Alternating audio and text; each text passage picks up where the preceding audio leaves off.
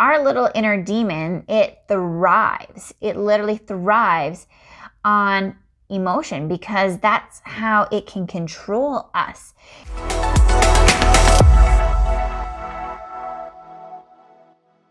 Hey there. During challenging times, almost really any time, actually, it seems like we can let our emotions guide us. Whether that's an argument with our spouse or something that just rubs us the wrong way, if our self-care is low and our brain is run down and we're just a little bit more annoyed or aggravated by things, it seems like our emotions get the better of us. Our emotions almost control us. They become our guide in our life. And see, what we focus on, what we think on, what we allow in our environment really impacts our level of emotion and our level of emotional control in our world, or at least how we perceive it. See, we can fall into depression, we can fall into anxiety, we can get stressed and overwhelmed and all of that kind of stuff. And in that, we always have a choice. It doesn't always feel like we have a choice, but we do. See, our emotions, they can get so big and they can kind of just take over our brain. But if we already know what to do to start to manage some of those feelings, we can get ourselves back in control of our world, of our emotions, of what's happening in our world, what's being brought into our world. Because really, it's a perception thing, right? If your life sucks, or if your life seems like it sucks, it probably does, because that's how you're perceiving your world. If you see everything as a trial and a challenge and a pain, then it's going to feel painful.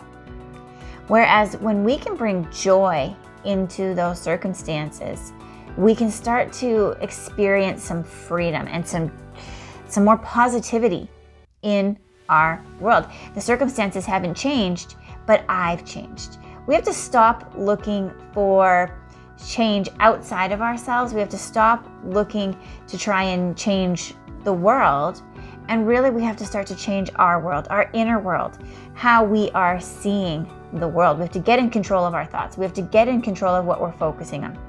We have to get in control of me and that inner voice. Because you see, our little inner demon, it thrives. It literally thrives on emotion because that's how it can control us, is through that emotion. Because so many of us do not realize that we have more control over our emotions than we think.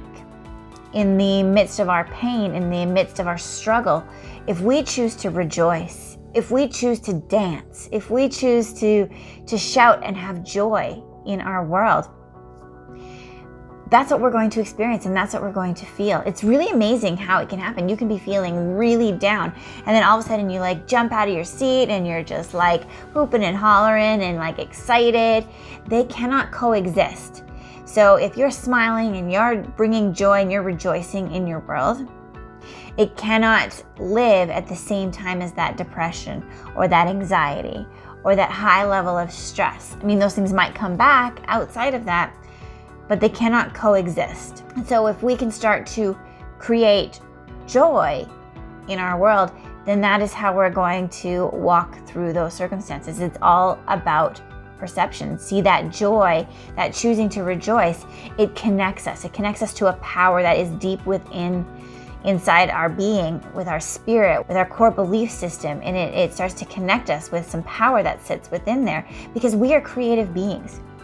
We do get the opportunity to create our world. So many people are apathetic towards their life and they're just allowing life to happen around them. And so they're accepting life rather than being the creator of their lives. So we have to stop looking for that solution outside of ourselves. And we have to start to think about, what am I focusing on?